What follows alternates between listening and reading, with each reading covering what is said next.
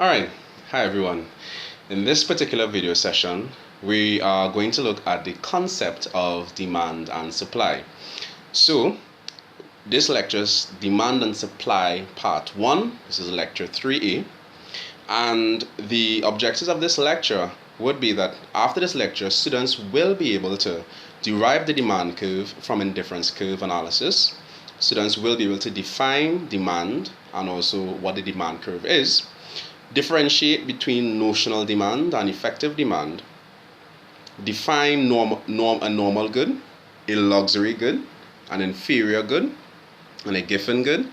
Students will be able to define what is derived demand. Students will be able to draw a demand curve and also list and explain the factors that affect the demand curve. Also, students will be able to define supply and draw the supply curve, list and explain the factors that affect the supply curve, define and illustrate equilibrium, and how do changes in factors affecting the demand and the supply curve impact the respective curves and the equilibrium price and quantities. Now, I know it sounds like a mouthful, but we're going to take our time, and I'm going to ensure that I do my very best to make these concepts and principles clear to you. Alright, so we could proceed. So, this lecture is based upon chapter 4 of our textbook. It's Microeconomics, the 7th edition, and the title is Individual and Market Demand. So, in our last lecture, we discussed the issue of consumer behavior. It has been assumed that the overarching goal of the consumer is to maximize their total utility by consuming a unique combination of goods and services that allows them to maximize their satisfaction and as such be in equilibrium. Both the cardinal utility and the ordinal utility theory, though taking different paths of explanation, illustrate how consumers ultimately achieve this coveted goal of utility maximization. It can thus be said that at any given price of a product, a consumer would desire a certain or a unique amount of that product, which will allow them to achieve equilibrium. So we realize that if the price of a product were to change, it is obvious that the unique amount that the consumer would have purchased previously may also change. And therefore, it will change the amount that they will have consumed in order to maximize their total utility. So that's why we need to focus on understanding how consumers demand based upon price. So there's an apparent link between consumer behavior and the theory of demand. And this link can be illustrated by utilizing indifference curve analysis to derive a demand curve. So we can actually show the link between demand and consumer behavior by utilizing indifference curves and showing how they can illustrate or derive the demand curve. And that will be done a little way down in this particular lecture. But let's fully understand what demand is before we even show that particular diagram. Demand can be defined as the willingness of you, the consumer, to purchase a good at a given price over a given period of time. Ceteris paribus. I will say again, when we speak about demand, what we're talking about is how you, the consumer, how you make your purchases of a good or a service when it is at a specific price over a given period of time. And we want to look at demand without seeing other factors affecting it.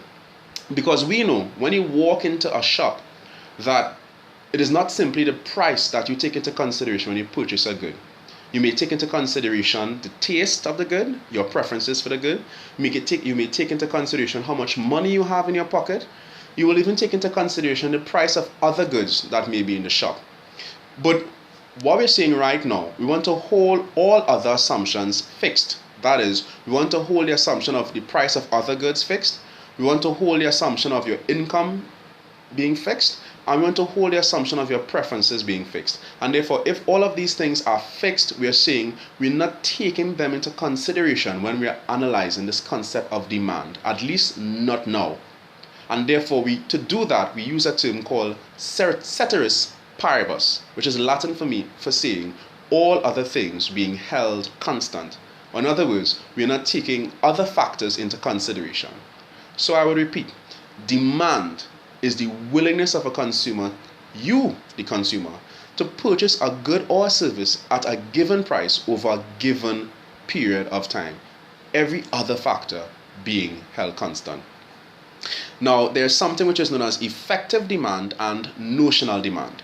Here in Trinidad and Tobago, we utilize a term known as window shopping, which is you may go to the mall and you walk through the mall and you're looking at the different stores and what they have to offer.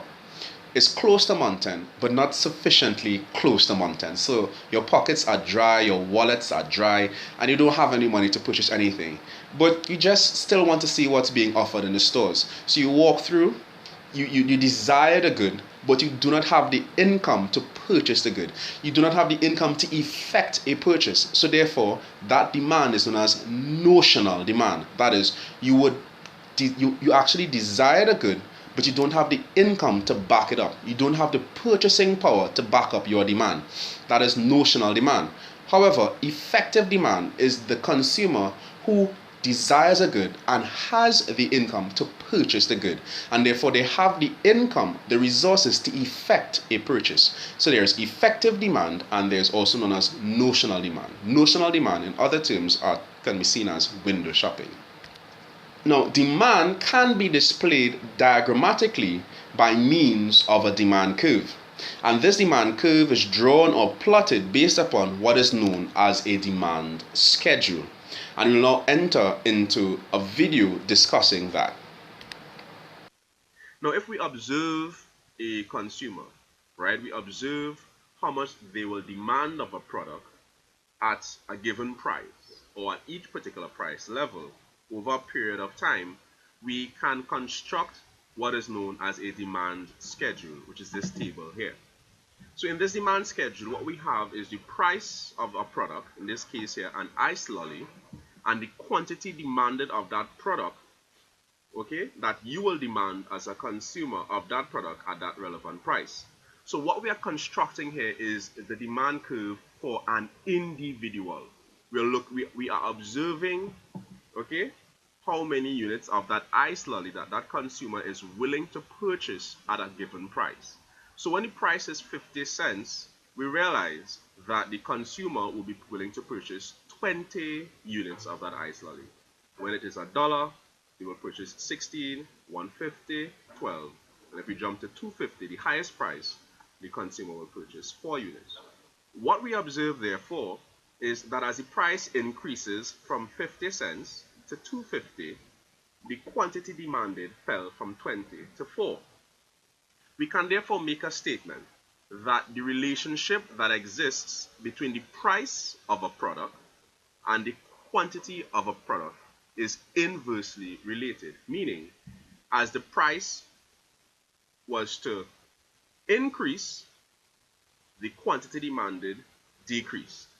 But if the price were to decrease from 250 to 50 cents, as it decreases in price, the quantity demanded increases. So that's what we mean an inverse relationship. As one variable goes one way, price, the other variable goes the opposite direction. So as price increases, quantity demanded decreases, but if price were to decrease, quantity demanded would have increased.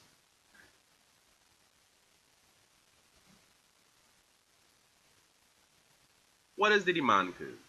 Well, what I usually tell students is that in economics, there are 3 possible ways that we can communicate or display information, or yes, communicate. And one is we could do so verbally, right? We can do so mathematically, and we could do so diagrammatically, okay?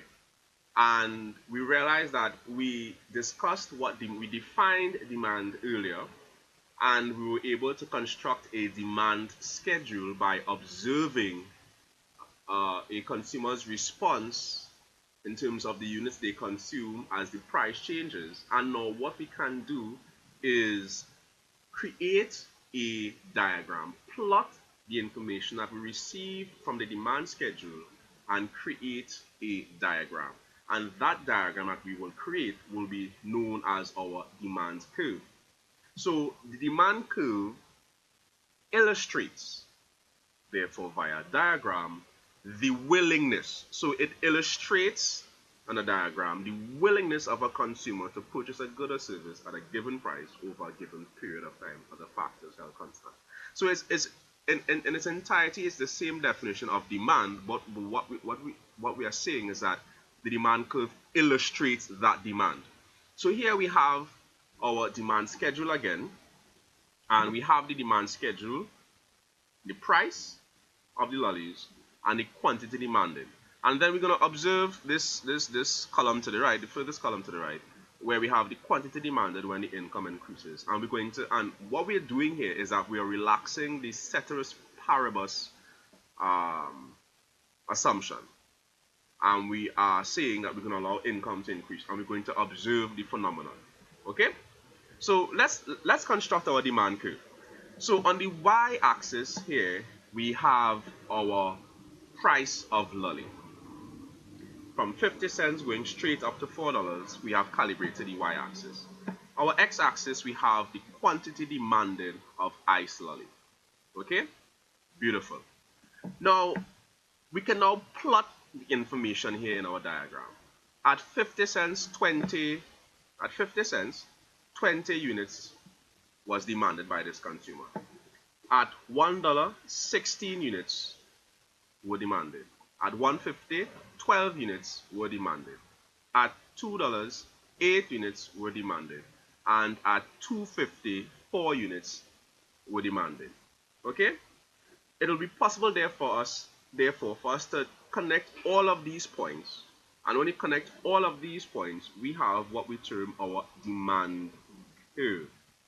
So therefore, our demand curve is drawn by connecting all of these possible combination choices at each price level that we observe is made by the consumer. And hence, we have our demand curve. Now remember, this demand curve would have been drawn on the assumption that all other factors are held constant. Now let me ask you a question. If your income, right, your income alone was to change, it means, and your preference for the good remains the same, you love the good. If your income were to increase, you would actually desire, more of the product because your income has increased, right? Other factors will come into play, but we are simply assuming that you would desire more. And with an increase in income, it means at every price level, 50 cents, $1, $1.50, $2, and $2.50, you can actually have more of the product at every price level because overall your income has increased. Okay? So with an increase in income at every price level, you would be able to demand more because of that increase in income. So what we're saying here is that we observe of this particular consumer that with an increase in income, now we have no information about what is the extent to the increase, but that is not totally necessary. All we are simply assuming here is that income has increased. We have relaxed that assumption, and we are going to observe the impact on your demand curve. So income has increased. Demand therefore increased from 20 to 28 when price was 50 cents. It increased from 16 to 24 when price is $1. It increased from 12 to 20 when price is $1.50. It increased from 8 to 16 when price was $2. And it increased from 4 to 12 when price was $2.50. We therefore could construct or plot those points, what we are doing now, and in plotting those 2 points, or well, all of those points, what we now have is a demand curve further to the right, labeled as D1 or D superscript 1. How did this occur? Our demand curve moved from the left to the right. It was to the left, and we have a new demand curve that is further to the right. This simply occurred because the consumer was able to purchase more quantities at each price level because of their increase in income. Okay? So when the price of a good in question changes, it results in a movement along the demand curve. That means the quantity of the good that is demanded has changed. Your quantity demanded changes. But when there's a change in other factors, because what we saw happen with the shift in the demand curve, it would happen with all the other factors that affect demand apart from price. Okay? So let me explain. Look at this. We said before, when the price was 50 cents, 20 units was demanded.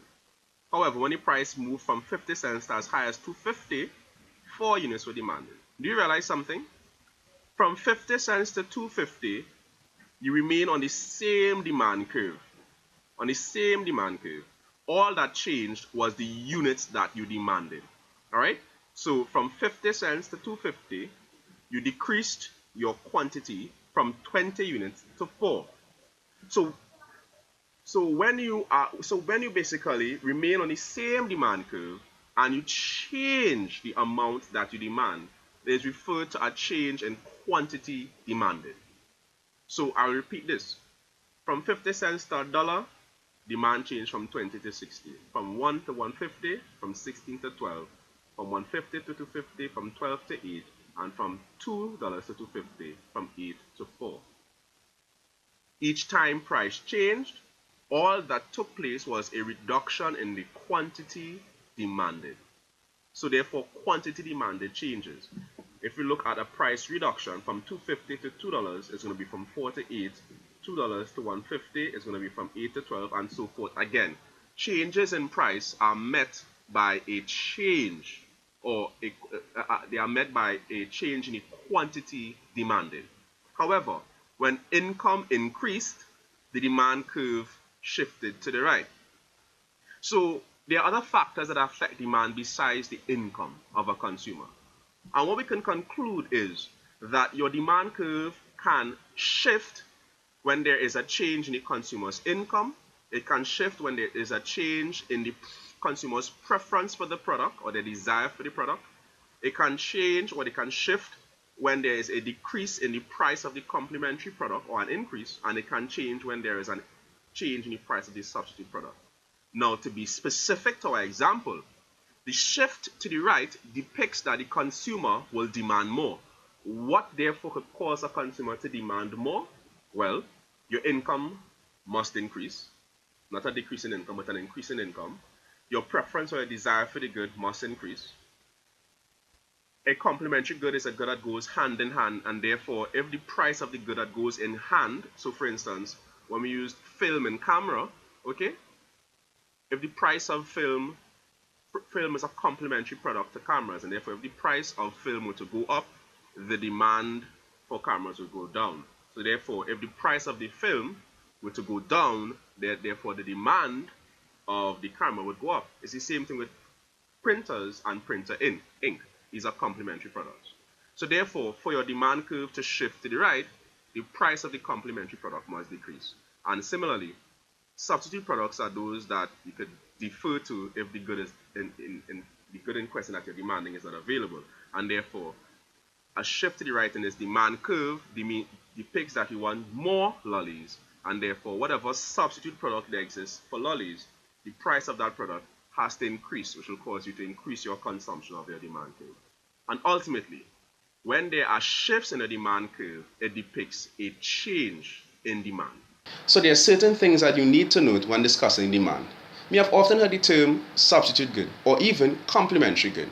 A substitute good is an alternative product with similar characteristics. Example, you are going to purchase tuna because you love fish, but it's not in the grocery. So you may choose sardines instead of the tuna because they have similar characteristics. They are both fish. You may also want to purchase a shoe. For instance, Adidas, but there are no Adidas shoes. So therefore, you may choose a Nike instead. Also, Celine Dion CDs versus Mariah Carey CDs. You love them both. You love them both. And therefore, if one isn't there, you would prefer the other. So therefore, a substitute good is an alternative product with similar characteristics to the product in question. Complementary goods are goods that go hand in hand with each other. So, for instance, a car will need gas. So if you purchase a car, you will also need to purchase gas from time to time. Also, bread and butter. You purchase bread. If you like butter, of course, it means that you're going to purchase butter from time to time to eat with your bread. And also camera and film, or camera and a memory chip. If you purchase a camera, you either need to purchase film to put in the camera, and also, or if you are well up to date, if you purchase a camera, you will need to have a memory chip in order to use in that particular camera. So a complementary good is one that is used hand in hand with another good. And then we have characteristics of goods in terms of their relationship to income. So there's a term in economics known as a normal good. This is a good whose demand has a positive relationship with the income of the buyer.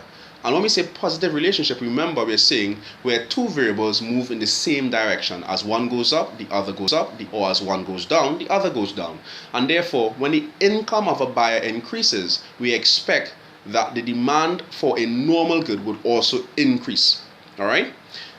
Normal goods can be broken apart into two categories: basic necessities and luxury items. Of course, basic necessities are those goods that you need, and whereas luxury items are those goods that you do not necessarily need, but you have a preference for and you can actually live without. All right? So these are goods that are of higher quality, that is the luxury goods, and are usually purchased by individuals of high incomes. And the basic necessity goods are commodities people absolutely need, and the people of lower income brackets tend to consume inferior goods until their income position improves. So inferior good, what is that? An inferior good are goods where the demand for such is inversely related to the income of the buyers. That is, if you realize that you're purchasing a particular product and as your income increases, your demand for that product decreases and you demand an alternative product that in your mind is better, then the good whose demand is decreasing as your income is increasing will be termed an inferior good. Think about it.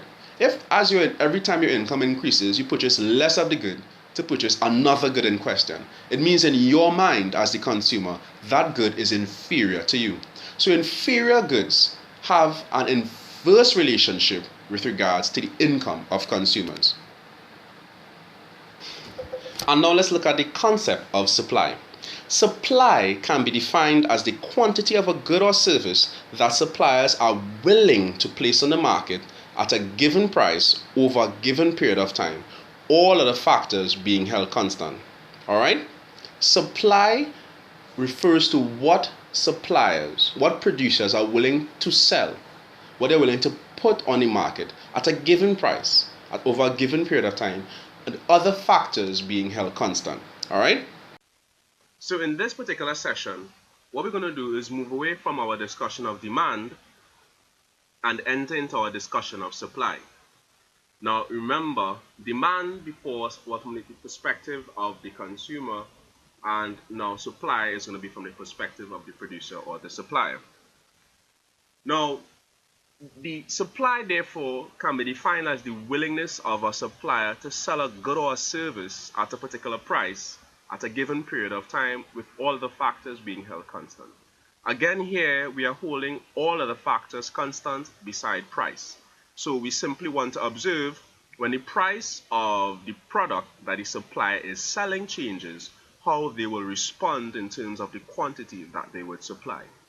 Again, later on we can possibly relax some assumptions and observe what a relaxation of those assumptions being the other factors, when they change, what the impact would be on supply. And therefore, having an understanding of what supply is, we can observe how a supplier of ice lolly would change supply according to the price that they charge of the particular product. Okay? So, the supply schedule, in this information here, we have the price of the lollies from 50 cents ranging to as high as 250, and what happens with the quantity supply.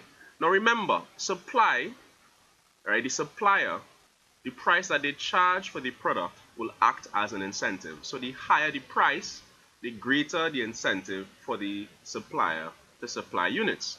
But the lower the price, the lower the incentive for the supplier to supply you with something. For instance, imagine you are home and as a laborer you supply your services. Let's say as a plumber, you only would leave your home, you would only would leave the comfort of your bed when the price that somebody is willing to pay you is high enough. So if the price is high, you would supply your services.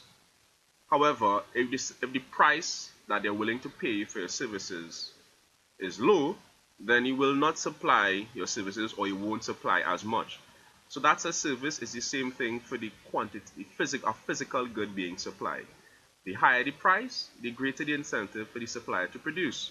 The lower the price, the lower incentive to supply. Okay? And we see that actually in our supply schedule. When the price was 50 cents, the supplier supplied 4 units. $1, 8 units, 150, 12 units, $2, 16 units, and 250, 20 units. We can therefore observe the fact that a positive relationship exists between the price of the product in question and the quantity supplied, in that as the price increases, the quantity supplied of that product, in this case ice lollies, also increased. And when the price reduced from 250 to 50 cents, it reduced from 20 to 4 units. So a reduction in price is met by a reduction in the quantity supplied.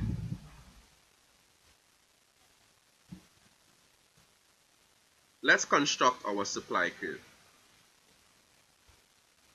The supply curve therefore illustrates the willingness of suppliers to sell a good or service at a given price over a given period of time, other factors being held constant. We have our supply schedule for lollies, quantity supplied, and then we relax our assumption. What will be the impact of a change in other factors upon the supply? In this case here, the factor that we're going to look at or relax is that we're going to assume that the supplier experiences an advancement in their technology to produce the lollies. So to construct our supply curve, we simply plot our diagram. We have the price of lollies again on the y-axis and the quantity supplied of ice lolly on the x-axis. And therefore, when price is 50 cents, 4 units would be supplied. When price is $1, 8 units would be supplied. 150, 12 units, $2, 16, 250, 20 units.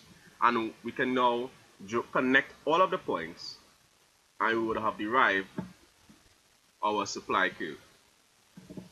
We realize our supply curve is upward sloping from left to right. Right? As we move from the left to the right, it goes upward. And this is as a result of the positive relationship that exists between the price of the good in question and the quantity supplied of the good. The higher the price, the higher the supply. The lower the price, the lower the supply. Therefore giving rise to an upward sloping or a positively sloping supply curve. We therefore can conclude that when there are changes in price, all you would see is a change in the quantity supplied, because from 50 cents to 250, quantity supplied increased from 4 units to 20 units. We are still on the same supply curve. There is no increase in overall supply. There's just a change or an increase in the quantity supplied from 4 units to 20 units. Now, when we relax our assumption and we say that there's a change in technology, a positive change because there's an advancement, we realize that overall, for every price of the product, the supplier is actually able to supply more, because an advancement in technology simply could mean that it is more efficient to produce, right, at that relevant price, and therefore because of an increase in efficiency, it is profitable and wise to increase production. And therefore, when the price is 50 cents, instead of 4, 12 can be produced and supplied. At $1 instead of 8, 16 can be supplied. 150 at a price of 150, sorry, instead of 12, it's going to be 20. And if we jump to the last price of 250, instead of 20, it will be 28. What it means, therefore, is that we can construct a new supply curve that's going to be further to the right, because at each new price level, right? Oh, sorry, at each price level, a new amount can be supplied due to advancements in technology, which means our supply curve shifts to the right. We can therefore say that when there are changes in price of the product in question, it would result in a movement along the initial supply curve. But when there's a change in other factors, which we're going to discuss in a while, the other factors is going to result in a shifting, in a parallel shift of your supply curve, depending upon those changes. So, let us conclude. When the price of the good in question changes, it results in a movement along the supply curve. That means the quantity supply changes. If you look at supply curve S, at 50 cents, 4 is supplied, at 250, 20 units are supplied. We are on the same supply curve. However, when we experience an increase in technology, which we have possibly reduced cost per unit of production, and therefore it makes sense to produce more even at the relevant prices, we will have an increase in supply. Okay? Supply changes. Right? And again, I have a typographical error here, I observe, and again, I apologize for this. Let me see if I can make a quick change. Okay, so we made the change. So supply changes. Okay? So therefore, what are the factors that could cause the overall supply of a producer to change? Right? Change means either the overall supply could increase or it could decrease. Well, technology could cause supply to change. Cost of the supplier's raw materials or the factors of production could cause supply to change. Availability of raw materials could cause supply to change. Weather conditions can cause supply to change. And indirect taxes or subsidies can cause supply to change. In our diagram here for the price of lolly, with regards to the quantity supplied of the ice lolly, we realize that we are depicting an outward shift to the right of supply, which means that supply increased. Supply, not the quantity supply, but the overall supply of the product has increased due to some particular factor. So if we were to interpret this, what it means is that an increase in supply can only be caused by technological advancements, not a decrease in technology, but an advancement in technology. Also, an increase in supply can be caused by a decrease in the cost of the supplier's raw materials. Yes? Because if costs per unit of your raw materials have reduced, it means that you can now produce more at that price because of a lower cost per unit. Also, your factors of production include land, labor, capital, and entrepreneurial ability. And therefore, if labor prices have fallen, which means wages, again, this is another input cost, and therefore, it will allow you as a producer to supply more at prevailing market prices. So, therefore, a decrease in the cost of the supplier's raw materials and or factors of production will result in an increase in supply. Also, an increase in the availability of the supplier's inputs or their raw materials will also allow for an increase in supply. For instance, if a supplier has the money to purchase their inputs, but the inputs are not available, then supply cannot be expanded. It's simple as that.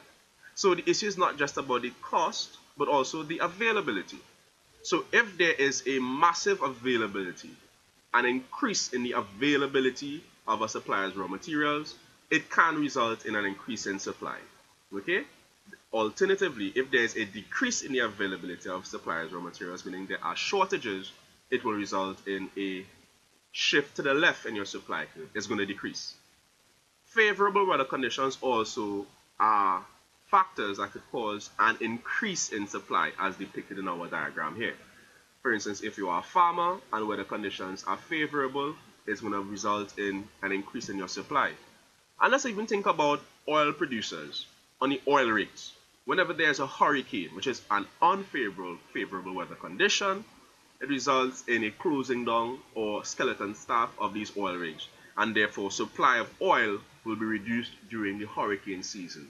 So we realize that adverse weather conditions will limit supply, but favorable weather conditions can result in an increase in supply.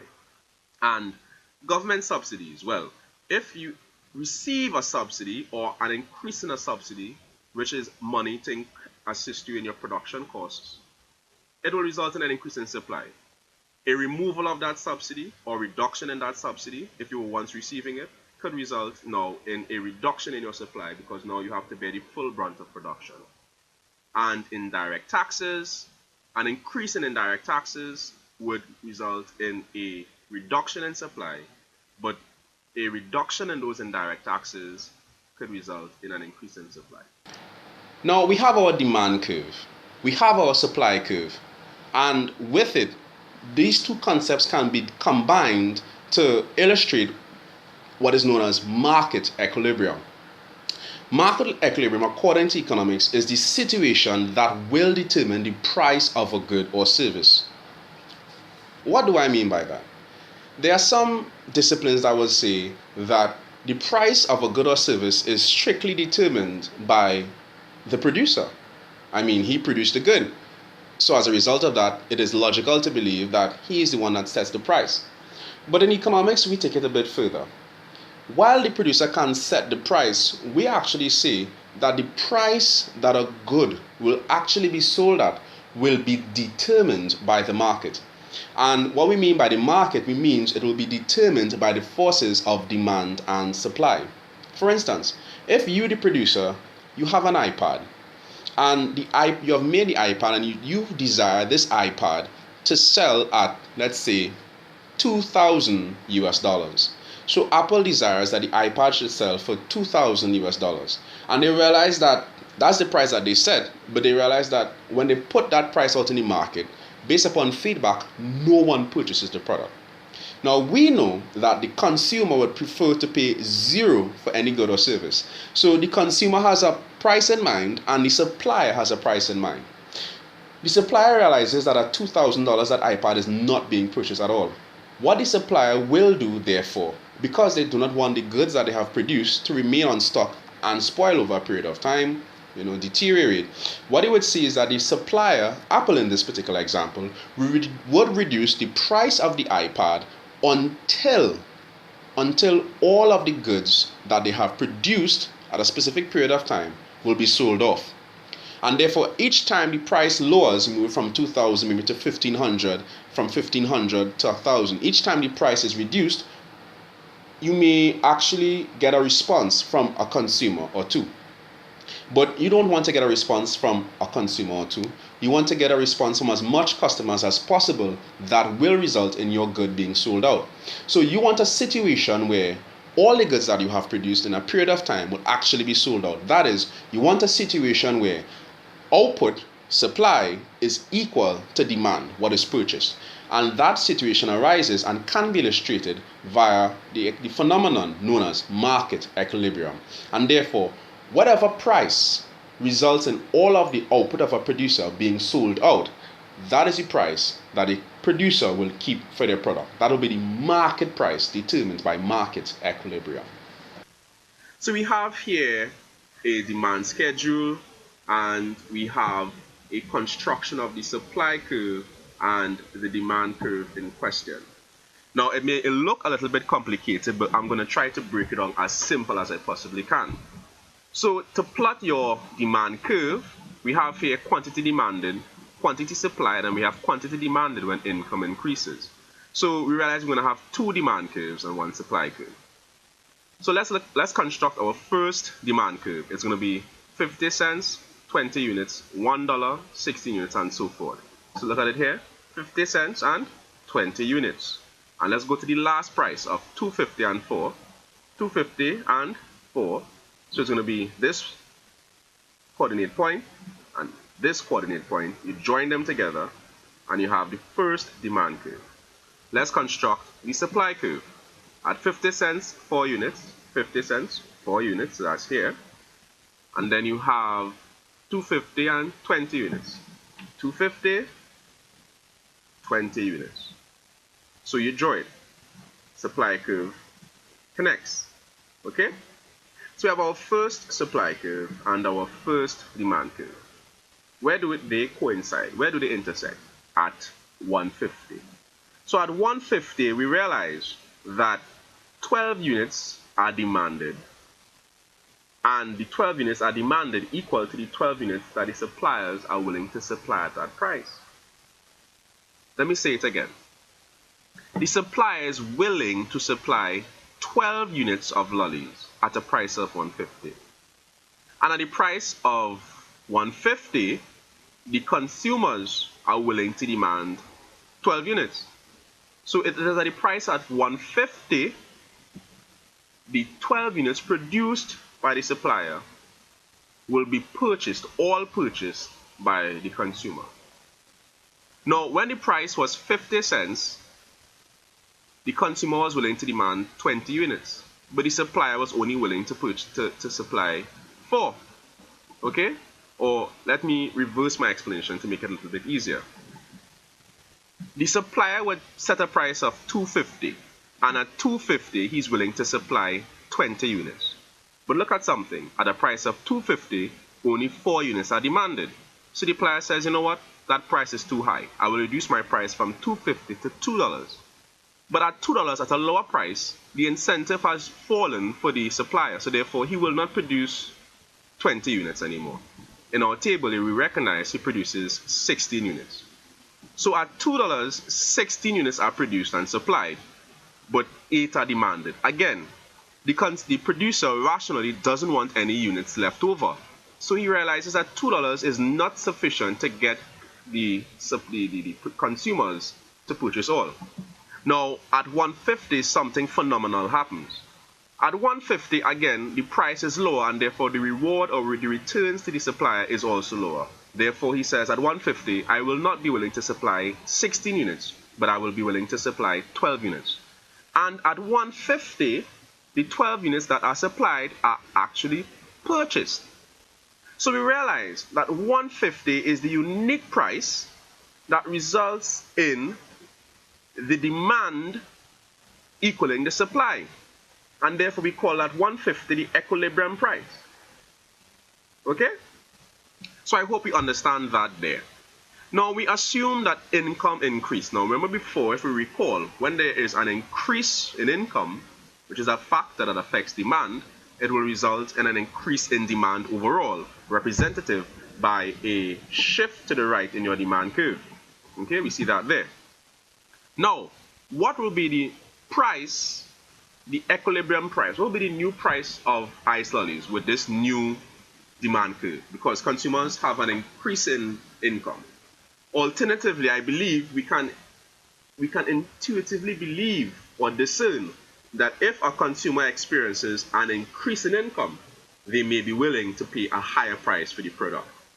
But also with a higher price, we realize that the firms, the suppliers, will be willing to supply more. Let's observe this. So demand increases. At 50 cents instead of 20, it's now 28. At $1 instead of 16 is 24. And if we jump to 250 instead of 4, 12. So we realize that with an increase in income, at each price level, there is an increase in demand overall. Now, let's go back through the process again. When the price is $250, the suppliers are willing to supply 20 units, but demand is 12. Now, demand has risen. It was once 4 at $250, now it's at 12. But rationally, the suppliers, again, they want all supply. They don't want some. They don't want any leftover. They do not want anything to be added to the inventories. They want all sold. That's how they're going to maximize their profits. Okay?